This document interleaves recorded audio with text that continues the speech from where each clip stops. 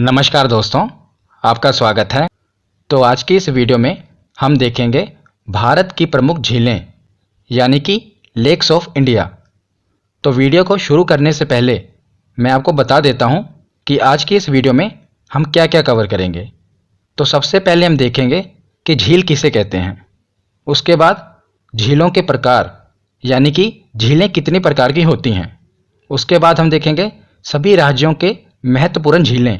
तो सभी राज्यों की हम जितने भी राज्यों में झीलें हैं जो एग्ज़ाम में पूछी जाती हैं उन्हें कवर करेंगे। और उसके बाद हम कुछ महत्वपूर्ण तथ्य देखेंगे कि कौन सी सबसे बड़ी मीठे पानी की झील है, कौन सी खारे पानी की सबसे बड़ी झील है। ये सब हम महत्वपूर्ण तथ्यों में देखेंगे और लास्ट में जो भी प्रीवियस ईयर के क्वेश्चन हैं उन्हें कवर करेंगे। तो चलिए बिना देरी किए हुए वीडियो की शुरुआत करते हैं और सबसे पहले देखते हैं कि झील किसे कहते हैं। तो झील जल का वह स्थिर भाग है जो चारों तरफ से भूमि से घिरा होता है। और झील की दूसरी विशेषता उसका स्थायित्व है, मतलब कि झील में नदी की तरह प्रवाह नहीं होता, धारा नहीं होती। जैसे नदी होती है वो ऊपर पर्वतों से नीचे मैदानी भागों में बहती है तो उसमें धारा होती है, पर झील क्या है, वो एक गड्ढे में, बड़े से विस्तृत गड्ढे में पानी भरा होता है तो उसमें धारा नहीं होती, स्थायित्व होता है। ये इसकी दूसरी विशेषता है और यह पानी चारों तरफ से भूमि से घिरा होता है तो उसी को झील कहते हैं। तो झील की डेफिनेशन हमने समझ ली। अब हम देखते हैं कि झील कितने प्रकार की होती है। झीलों के प्रकार, तो सबसे पहला है मीठे पानी की झील, जिसे इंग्लिश में कहते हैं फ्रेश वाटर लेक्स। तो मीठे पानी की झील क्या होती है? मीठे पानी की झील का मतलब ये नहीं है कि उसमें चीनी घुली होती है। मीठे पानी की झील का मतलब ये है कि वो पानी पीने लायक है, मतलब कि फ्रेश वाटर है। जैसे बारिश का पानी इकट्ठा हो जाए तो उसी को मीठे पानी की झील कहते हैं, जिसे हम पी सकते हैं। उससे अगला प्रकार है खारे पानी की झील, जिसे इंग्लिश में कहते हैं सॉल्ट वाटर लेक्स। तो खारे पानी की झील, जैसे कि इसके नाम से ही क्लियर है कि ये लवणीय झील है, मतलब जिसमें नमक की मात्रा ज़्यादा होती है, उसे खारे पानी की झील कहते हैं। जैसे समुद्र का पानी खारा होता है ना, उसी प्रकार इस झील का पानी भी खारा होता है। तीसरी झील है हिमनदीय झील, जिसे इंग्लिश में कहते हैं ग्लेशियर लेक्स, मतलब कि जो ग्लेशियर द्वारा बनती है। जब ग्लेशियर पिघलते हैं और उनकी वजह से जो पानी होता है ना, एक जगह विस्तृत गड्ढे में आकर भर जाता है, जमा हो जाता है, उसी को हिमनदीय झील कहा जाता है। ये सब तो आसान है, इसीलिए मैं आपको सीधा बता रहा हूँ। तो हिमनदीय झील के बाद है कृत्रिम झीलें। कृत्रिम झीलें, जिन्हें इंग्लिश में कहते हैं आर्टिफिशियल लेक्स। तो जो ज़्यादातर झीलें होती हैं वो नेचुरल होती हैं, प्राकृतिक होती हैं, प्रकृति द्वारा बनाई गई। पर जो कृत्रिम झीलें होती हैं ये मानव द्वारा निर्मित होती हैं, मतलब मानव द्वारा खुदाई करके ये झीलें बनाई जाती हैं, इसीलिए इन्हें कृत्रिम झीलें कहते हैं। और आगे 3 झीलें हैं, ये हम थोड़ा विस्तार में पढ़ेंगे क्योंकि ये ज़्यादा इंपॉर्टेंट है। एक है ज्वालामुखी झील, जिसे इंग्लिश में कहते हैं क्रेटर लेक्स। उसके आगे है गोखुर झील, जिसे कहते हैं ऑक्सबो लेक्स। उसके आगे है लेगून झील, जिसे इंग्लिश में लेगून ही कहते हैं। तो सबसे पहले देखते हैं ज्वालामुखी झीलें। तो ज्वालामुखी झीलें क्या होती हैं, जिसे इंग्लिश में कहते हैं क्रेटर लेक्स। तो जैसा कि आप इमेज में देख रहे हैं, यह है ज्वालामुखी। तो ज्वालामुखी का जो ऊपर वाला भाग होता है ना, इसका मुंह होता है जहाँ से लावा निकलता है, उसी को क्रेटर कहते हैं। तो क्या होता है, इसके क्रेटर में पानी भर जाता है, पानी भरा जाता है, जमा हो जाता है, तो इसी को हम क्रेटर लेक्स कह देते हैं। और कई बार क्या होता है कि ज्वालामुखी जब विस्फोट होता है तो उसके कारण कई जगह पर धरती धंस जाती है और क्रेटर बन जाते हैं बड़े बड़े, और उनमें भी जब पानी भर जाता है तो उसको भी ज्वालामुखीय झीलें कहते हैं। और जो ज्वालामुखी के ऊपर जो ये क्रेटर है, इसमें भी जब पानी भर जाता है तो उसे भी क्रेटर लेक्स और ज्वालामुखीय झीलें कहते हैं। तो उसके बाद हम देखते हैं गोखुर झीलें और लेगून झीलें। इन्हें मैं आपको इमेज की सहायता से बताता हूँ। तो गोखुर झील और लेगून झील, ये मैं आपको एग्जाम्पल से समझाता हूँ क्योंकि ये दोनों इंपॉर्टेंट है और आगे इनका जिक्र होगा, इसीलिए आप यहीं पर समझ लीजिए। तो सबसे पहले देखते हैं गोखुर झील। तो इसे गोखुर झील क्यों कहते हैं? इसका नाम गोखुर क्यों पड़ा? क्योंकि जो आप इसकी शेप देख रहे हैं झील की, ये गोखुर की जैसे है। गोखुर मतलब कि जो गाय के पैर का खुर होता है ना, उसे गोखुर कहते हैं। तो उसी की तरह इसकी कुछ शेप है, इसीलिए इसका नाम गोखुर पड़ा है। तो ये गोखुर झील बनती कैसे है, ये मैं आपको समझाता हूँ। तो जैसा कि आपको पता होगा कि जो नदियाँ होती हैं वो ऊंचाई से, यानी कि पर्वत और पहाड़ों से निकलती हैं और मैदानी भागों की ओर बहती हुई जाती हैं।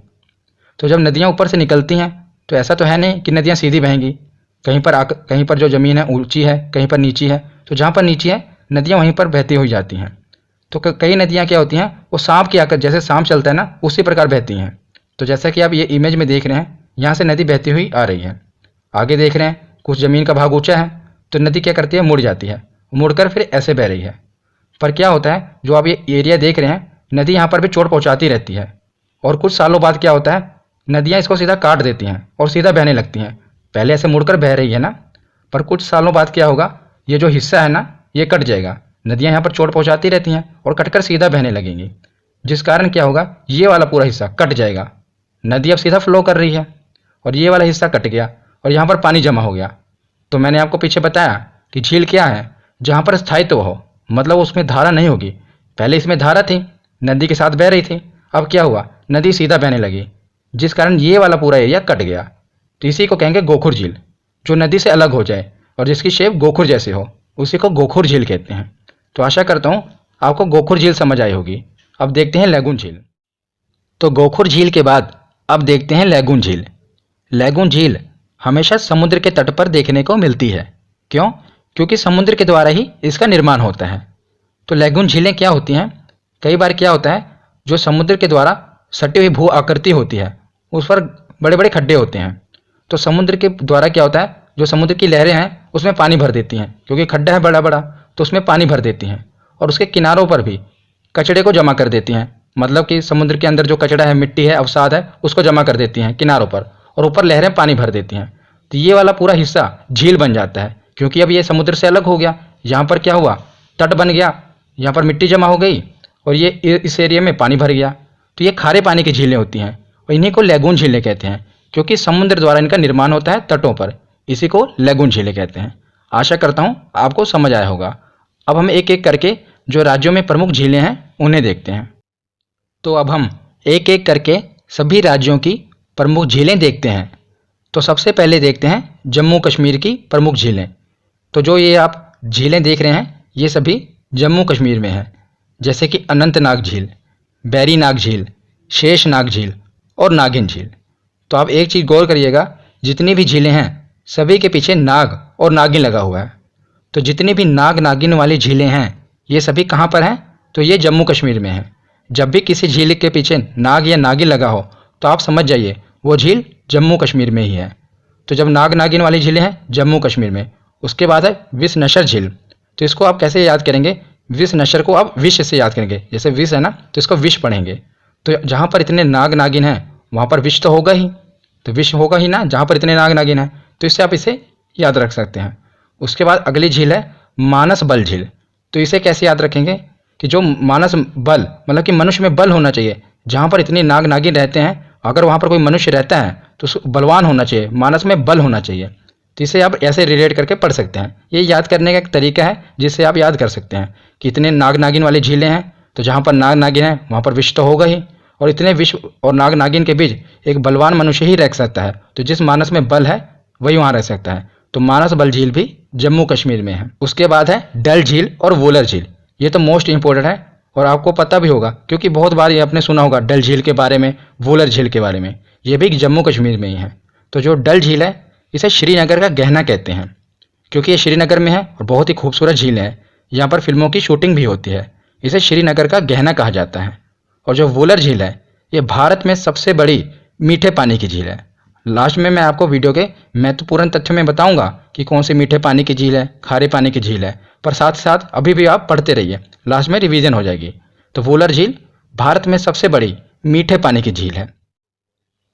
तो जम्मू कश्मीर के बाद अब हम देखते हैं उत्तराखंड। तो जैसे कि जितनी भी नाग नागिन वाली झीलें हैं ये सभी जम्मू कश्मीर में हैं, उसी प्रकार जितनी भी ताल वाली झीलें हैं, जिन झीलों के पीछे ताल लगा है, वो सभी उत्तराखंड में हैं। जैसे नैनीताल झील, सात ताल झील, राकसताल झील, मालाताल झील, देवताल झील, नौकछिया ताल झील और खुरपा ताल झील। ये जिन झीलों के पीछे ताल लगा है 90% झीलें उत्तराखंड में ही हैं। बाकी 3 ऐसी झीलें हैं जो उत्तराखंड में नहीं हैं, वो हम अभी आगे बताऊंगा मैं आपको, वो आप याद रखना। उनको आप याद रख लेना, ये 3 झीलें नहीं हैं, बाकी जितनी बची झीलें आएंगी वो सभी उत्तराखंड में हैं। तो ऐसे आप याद रख सकते हैं। तो एक बचा रूपकुंड झील, जिसे कंकाल झील कहते हैं।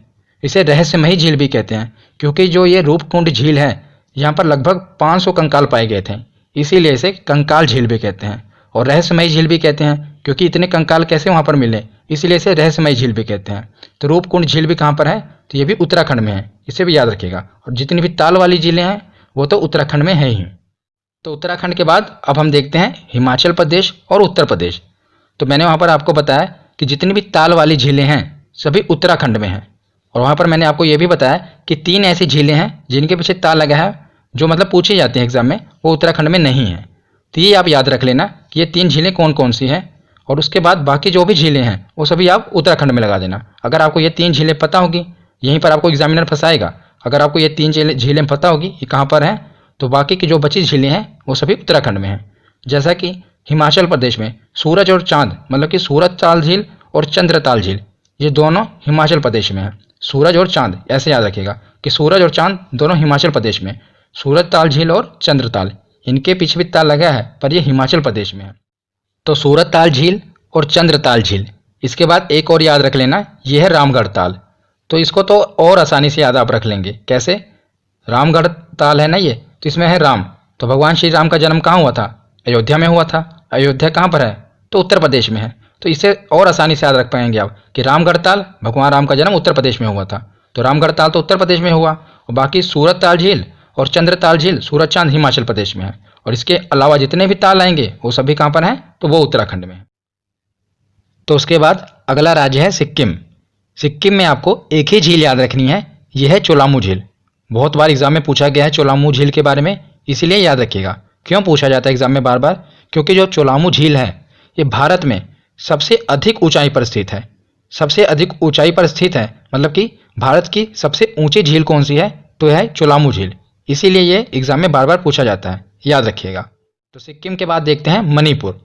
तो मणिपुर में भी एक ही झील है जो याद रखनी है, यह है लोकटक झील। Very important. कौन सी? लोकटक झील। और ये पूर्वोत्तर भारत में मीठे पानी की सबसे बड़ी झील है। मतलब कि पूरे नॉर्थ ईस्ट में, पूरे पूर्वोत्तर भारत में ये मीठे पानी की सबसे बड़ी झील है।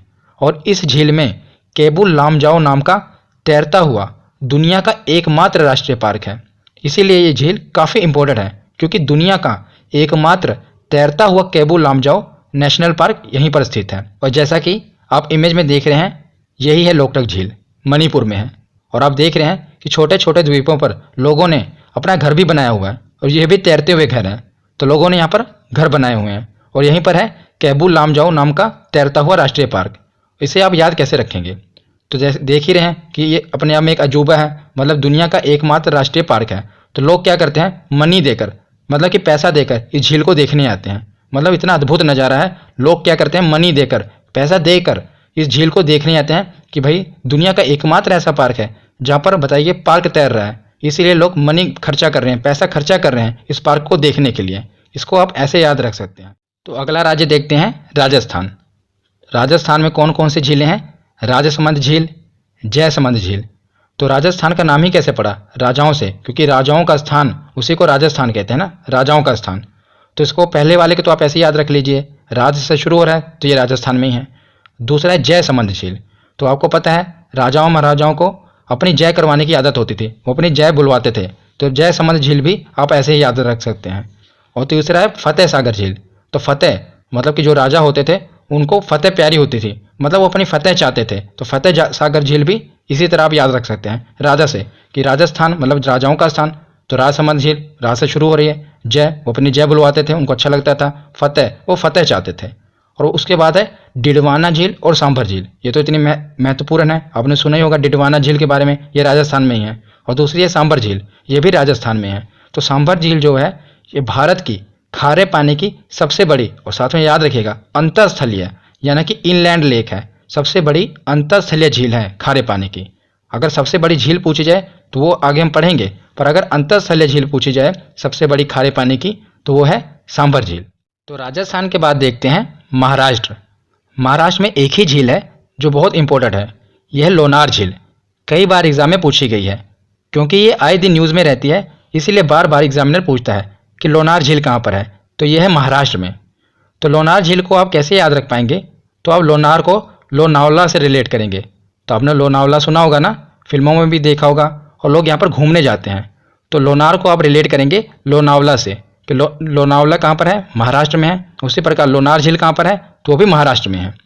लोनार झील महाराष्ट्र के बुल्ढाना जिले में स्थित एक खारे पानी की झील है। तो एक ये खारे पानी की झील है। इसका निर्माण एक उल्का पिंड के पृथ्वी से टकराने के कारण हुआ था। इसलिए अपने आप में ये भी एक अद्भुत है कि उल्का पिंड के पृथ्वी से टकराने के कारण यहाँ पर एक क्रेटर बना जिसमें पानी भर गया, तो उसी को लोनार झील कहते हैं। इसलिए अपने आप में इम्पोर्टेंट है और इसमें खारा पानी पाया जाता है, जबकि ये समुद्र के तट पर नहीं है तब भी इसमें खारा पानी पाया जाता है, इसलिए ये और इम्पोर्टेंट बन जाती है। तो याद रखिएगा, लोनार झील कहाँ पर है? महाराष्ट्र में। लोनावाला कहाँ पर है? महाराष्ट्र में। उसी से आप रिलेट करेंगे। तो महाराष्ट्र के बाद देखते हैं केरल। तो केरल में आपको 3 झीलें याद रखनी हैं। एक है पेरियार झील, दूसरी है अष्टमुदी झील और तीसरी है वेम्बनाड झील। तो जो पेरियार झील है इसको आप ऐसे याद रख सकते हैं क्योंकि जो पेरियार नदी है, पेरियार नेशनल पार्क है, ये सभी केरल में ही है। तो उसी से प्रकार जो पेरियार झील है ये भी केरल में ही है और अष्टमुदी झील भी केरल में ही है। सबसे ज़्यादा इंपॉर्टेंट है वेम्बनाड झील। यही एग्जाम में पूछी जाती है कि वेम्बनाड झील कहाँ पर है, तो ये भी केरल में है। ये पूछी क्यों जाती है? क्योंकि जो वेम्बनाड झील है ये केरल की सबसे बड़ी और देश की सबसे लंबी झील है। लंबी मतलब कि लंबाई में, इस प्रकार आप देख रहे हैं ना, ये लंबी झील है। तो ये देश की सबसे लंबी झील है, मतलब कि हमारे भारत की सबसे लंबी झील है। इसीलिए ये पूछा जाता है कि वेम्बनाड झील भारत की सबसे लंबी झील है और ये केरल की सबसे बड़ी झील है। तो केरल के बाद देखते हैं आंध्र प्रदेश। तो आंध्र प्रदेश में हमें 2 याद रखना है, एक है कोलेरू झील और दूसरी है पुलिकट झील। कौन कौन सी? कोलेरू झील और पुलिकट झील। तो जो पुलिकट झील है ये इंपॉर्टेंट है। मैं आपको साथ साथ बता रहा हूँ कि इंपॉर्टेंट क्या है, क्योंकि ये एग्जाम में ज़्यादा पूछे गए हैं। तो जो पुलिकट झील है ये भारत की दूसरी सबसे बड़ी लेगून झील है। पहली कौन सी है मैं आगे आपको बताऊंगा। ये याद रखना कि ये दूसरी सबसे बड़ी लेगून झील है। लेगून झील क्या होती है ये मैंने आपको वीडियो की शुरुआत में ही बता दिया था। और इसका 84% भाग, मतलब कि जो पुलिकट झील है इसका 84% भाग आंध्र प्रदेश में है और बाकी जो 16% भाग है ये तमिलनाडु में पड़ता है। तो ज़्यादातर जब एग्जाम में क्वेश्चन आता है तो आंध्र प्रदेश ही ऑप्शन में आता है, क्योंकि इसका 84% भाग आंध्र प्रदेश में ही है। पर अगर आंध्र प्रदेश ऑप्शन में ना आए, तमिलनाडु आए, तो आप तमिलनाडु को टिक करना, क्योंकि दोनों में है। ये 84% भाग आंध्र प्रदेश में है और 16% भाग तमिलनाडु में पड़ता है। पर ज़्यादातर जब भी एग्जाम में आता है तो आंध्र प्रदेश ही ऑप्शन में आता है। ठीक है, तो आंध्र प्रदेश और तमिलनाडु दोनों जगह है पुलिकट झील। और यह झील सतीश धवन उपग्रह प्रक्षेपण केंद्र के पास स्थित है। मतलब जहाँ से इसरो अपने रॉकेट लॉन्च करता है ना, सतीश धवन उपग्रह केंद्र से, उसी के पास पुलिकट झील है। इसीलिए ये और इम्पोर्टेंट है कि यहाँ पर उपग्रह प्रक्षेपण केंद्र भी है और साथ ही साथ ये दूसरी सबसे बड़ी लेगून झील भी है। तो आंध्र प्रदेश के बाद अब हम देखते हैं उड़ीसा। बस यही बचा है हमारा। उसके बाद हम कुछ महत्वपूर्ण तथ्य देखेंगे। तो उड़ीसा की झील है चिल्का झील। मोस्ट इंपॉर्टेंट, कई बार एग्जाम में पूछा गया है चिल्का झील, क्योंकि चिल्का झील भारत की सबसे बड़ी लेगून झील है। तो भारत की सबसे बड़ी लेगून झील है चिल्का झील। तो दूसरी कौन सी थी? तो दूसरे नंबर पे है पुलिकट झील। ये दूसरी सबसे बड़ी लेगून झील है। और पहली मतलब कि सबसे बड़ी लेगून झील कौन सी है? तो यह है चिल्का झील। और चिल्का झील भारत की सबसे बड़ी खारे पानी की तटीय झील है। तटीय मतलब ये समुद्र के तट पर है ना, इसीलिए इसे सबसे बड़ी तटीय झील है। और ये भारत की सबसे बड़ी खारे पानी की झील है। जब अंतरस्थलीय खारे पानी की झील की बात हो तो वो सांभर झील थी, वो राजस्थान में थी, हमने पढ़ा था। पर जो सबसे बड़ी झील है वो है चिल्का झील। तो अब हमने सभी राज्यों की प्रमुख झीलें पढ़ ली। अब हम कुछ महत्वपूर्ण तथ्य देख लेते हैं जो सीधा एग्जाम में डायरेक्ट पूछ लिए जाते हैं, 1 लाइनर क्वेश्चन। तो सबसे पहले है कि भारत की मीठे पानी की सबसे बड़ी झील कौन सी है? तो वो है वोलर झील। हमने पीछे पढ़ा, जम्मू कश्मीर में है ये भारत की मीठे पानी की सबसे बड़ी झील है। और दूसरा है भारत की खारे पानी की सबसे बड़ी झील। तो खारे पानी की सबसे बड़ी झील कौन सी है? चिल्का झील। और खारे पानी की तटीय झील सबसे बड़ी यही है, चिल्का झील। और तीसरा है कि भारत की सबसे बड़ी खारे पानी की अंतरस्थलीय झील यानी कि इनलैंड लेक कौन सी है? तो वो है सांभर झील, जो कि राजस्थान में है। ये भारत की खारे पानी की अंतरस्थलीय झील है, सबसे बड़ी। अंतरस्थलीय याद रखिएगा साथ में कि अंतरस्थलीय झील है। और तीसरा है कि भारत की सबसे बड़ी लेगून झील। तो लेगून झील पूछा जाए तो वह चिल्का झील। दूसरे नंबर पे कौन सी है? तो वह है पुलिकट झील। उसके बाद है कि भारत की सबसे लंबी झील कौन सी है? तो लंबी झील हमने पूछे पढ़ा ना, वेम्बनाड झील, जो कि केरल में है। ये भारत की सबसे लंबी झील है। अगला है कि भारत की सबसे ऊंची झील। तो ऊंची झील है चोलामू झील, हमने पीछे पढ़ा था सिक्किम में। ये सबसे ऊंची झील है, लंबी वेम्बनाड है और ऊंची चोलामू झील है। और लास्ट में है कि भारत की सबसे बड़ी कृत्रिम झील कौन सी है, मतलब कि आर्टिफिशियल लेक, जो मानव निर्मित हो, जो प्राकृतिक ना हो। तो वो है गोविंद बल्लभ पंत सागर। ये भारत की सबसे बड़ी कृत्रिम झील है। ये एग्जाम में बहुत बार पूछी गई है, इसलिए ध्यान से याद रखिएगा। गोविंद वल्लभ पंत सागर, ये भारत की सबसे बड़ी कृत्रिम झील है, यानी कि मानव निर्मित झील है। तो यहाँ पर हमारा थ्योरी सेक्शन कंप्लीट हुआ। अब हम प्रीवियस ईयर के क्वेश्चन देखते हैं कि हमारे कितने क्वेश्चन सही हैं। थ्योरी कंप्लीट कर ली, अब हम देखते हैं प्रीवियस ईयर के क्वेश्चन कि हमारे प्रीवियस ईयर के प्रश्न कितने सही होते हैं। तो सबसे पहला प्रश्न है कि भारत की सबसे बड़ी मीठे जल की झील निम्नलिखित में से कौन सी है। तो बताइए कि भारत की सबसे बड़ी मीठे जल की झील कौन सी है। तो ये है वुलर झील, हमने पीछे पढ़ा, जम्मू कश्मीर में है। ये भारत की सबसे बड़ी मीठे पानी की झील है। दूसरा प्रश्न है कि उत्तर पूर्वी भारत की सबसे बड़ी झील लोकटक किस राज्य में स्थित है। तो बताइए कि जो लोकटक झील है ये किस राज्य में स्थित है। तो मैंने आपको बताया था कि लोग मनी देकर झील को देखने जाते हैं, क्योंकि वहाँ पर केबुल लामजाओ नाम का एक तैरता हुआ नेशनल पार्क है। तो मनी देकर मतलब कि मणिपुर। तो इसका सही जवाब होगा ऑप्शन बी, मणिपुर। अगला क्वेश्चन है लोकटक है। तो देखिए कितना आसान प्रश्न आया था एसएससी में 2011 में कि लोकटक क्या है, नदी है, घाटी है, झील है या पर्वतमाला है। तो इसका सही जवाब क्या होगा, झील। ये 2011 में एसएससी ने पूछा था कि लोकटक क्या है। तो अगला प्रश्न है कि प्रसिद्ध लैगून झील चिल्का किस राज्य में स्थित है। तो आपको ये बताना है कि जो चिल्का झील है ये किस राज्य में स्थित है। तो आपको पता है ये कहाँ पर स्थित है, तो ये उड़ीसा में स्थित है, ये लैगून झील है। उसके बाद अगला प्रश्न है कि विश्व प्रसिद्ध खारे जल की झील सांभर। तो सांभर जो झील है ये किस राज्य में स्थित है। तो जो सांभर झील है ये सबसे बड़ी खारे पानी की अंतरस्थलीय झील भी है, और ये किस राज्य में स्थित है। तो यह है राजस्थान में, राजस्थान में है सांभर झील। अगला प्रश्न है कि लोनार झील किस राज्य में स्थित है। लोनावला कहाँ पर है, तो महाराष्ट्र में है। तो लोनार झील कहाँ पर है, महाराष्ट्र में है। इसे आप याद रख पाएंगे। मैंने आपको ट्रिक बताई थी ना कि लोनावला से आप लोनार को रिलेट करेंगे। तो लोनार झील कहाँ पर है, महाराष्ट्र में। तो अगला प्रश्न है कि भारत की सबसे बड़ी लैगून झील निम्न में से कौन सी है। तो अब आपको बताना है कि भारत की सबसे बड़ी लैगून झील कौन सी है। तो ये कौन सी है, यह है चिल्का झील, चिल्का लैगून। ये भारत की सबसे बड़ी लैगून झील है। अगला प्रश्न है कि भारत की सबसे लंबी झील कौन सी है। तो मैंने आपको बताया था कि केरल में है भारत की सबसे लंबी झील। कौन सी थी, वेम्बनाड झील। उसे वेम्बनाड लैगून भी कहते हैं, क्योंकि समुद्र के तट पर है, समुद्र के द्वारा इसका भी निर्माण हुआ है, इसीलिए समुद्र के पानी के द्वारा, इसीलिए इसे लैगून भी कहते हैं। तो भारत की सबसे लंबी झील है वेम्बनाड झील। अगला प्रश्न है कि दुनिया का एकमात्र तैरता हुआ राष्ट्रीय पार्क केबुल लामजाओ ये किस राज्य में स्थित है। तो मैंने आपको बताया था ना कि लोग मनी देकर ऐसे चीज़ को देखने जाएंगे कि दुनिया का एकमात्र ऐसा पार्क है जो तैर रहा है। तो मणिपुर इसका सही जवाब होगा। तो अगला प्रश्न है सूची 1 को सूची 2 से सम्मिलित कीजिए। सूची 1 में है झीलें, इस तरफ झीलें दी हुई हैं और इस तरफ राज्य दिए हुए हैं, मतलब कि झीलों को उनके राज्य से मिलाना है। तो सबसे पहले देखते हैं कि हमें कौन कौन से पता है। तो सबसे पहले लोकटक तो हमें पता ही है, मणिपुर में है। दूसरा वुलर, ये भी कहाँ पर है, वुलर झील जम्मू कश्मीर में है। और लोनार, लोनावला कहाँ पर है, महाराष्ट्र में है। बचा एक पुलिकट, तो ये कहाँ पर है, तमिलनाडु में है। तो इस प्रकार ये झीलें हैं और ये इनके राज्य से सुमेलित की गई हैं। अगला प्रश्न है कि निम्न में से कौन सा युग में सुमेलित नहीं है। तो आपको ये बताना है कि इसमें से कौन सा गलत है। तो सांभर झील ये तो राजस्थान में है, लोनार ये मध्य प्रदेश में नहीं है, बताइए कहाँ पर है लोनार। तो ये महाराष्ट्र में है। तो ये ऑप्शन बी होगा इसका, क्योंकि जो लोनार झील है ये महाराष्ट्र में है। चिल्का झील भी उड़ीसा में है और कोलेरू झील भी आंध्र प्रदेश में है। तो ऑप्शन बी यही सुमेलित नहीं है। लास्ट क्वेश्चन है आज का कि नागिन झील किस राज्य में स्थित है। तो नाग नागिन कहाँ पर है, मैंने आपको बताया था, तो जम्मू कश्मीर। एसएससी में पूछा गया था क्वेश्चन ये। तो नागिन झील कहाँ पर है, जम्मू कश्मीर में है। तो आज की ये वीडियो यहीं पर खत्म होती है। कैसी लगी ये वीडियो कमेंट सेक्शन में जरूर बताना। धन्यवाद।